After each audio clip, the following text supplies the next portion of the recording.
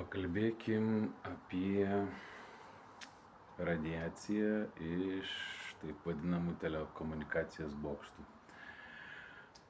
Nesenai grįžau į gimtinę aplankyti mamą, gavau pabūti kambarėlį ir šitas kambarėlis yra su balkonu į miesto pusę, miesto centras ir už kaiminystėje esančio namo yra Tauragės viešbutis,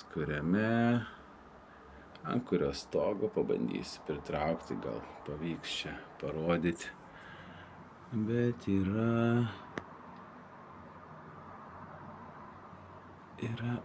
antenos, ten per medžius matosi labai didelės dvi.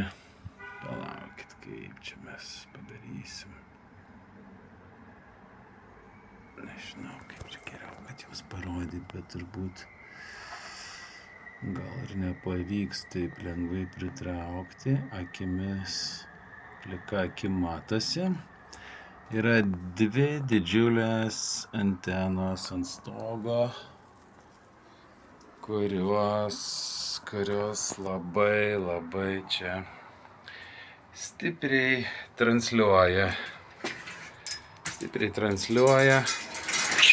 Iš pradžių grįžęs nesupratau, kas darosi, nes jaučiausi labai blogai, gal 4 rytus atsibudęs, niekaip nesupratau, kodėl negaliu išlipti iš lovos, blogas, sunku, negaliu, po visos nakties jaučiausi tiesiog neišmiegojęs, neatsigavęs.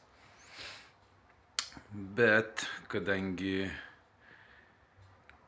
turiu biorezonanso diagnostinę įrangą, kurią galiu ir parodyti. Taip, laukit, atzoominu.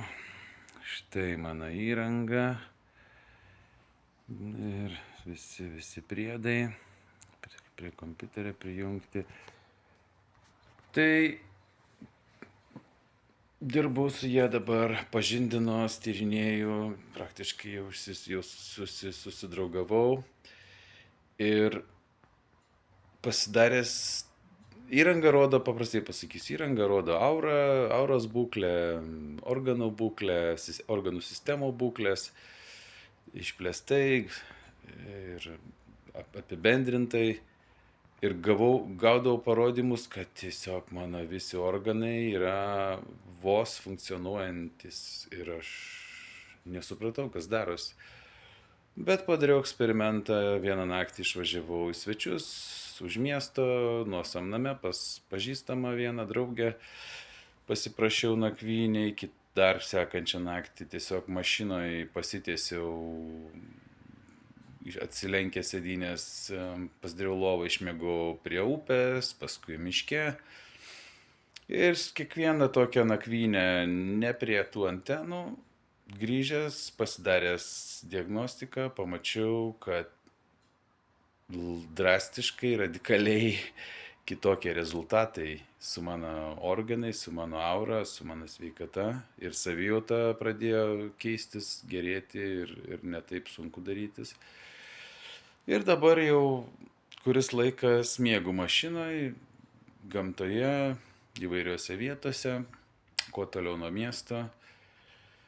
Ir galit sakyti, kad čia tie visi dabar modernūs bokštai yra nieko tokio. Galit sakyti, kad yra geresniam ryšiui, filmus čia greičiau parsisiųsti. O mano patirtis rodo, kad tai labai stipriai naikina, žaloja žmonių sveikatą ir tai nėra mūsų naudai, nėra mūsų geroviai. Tai va toks pasidalinimas. Ačiū Jums.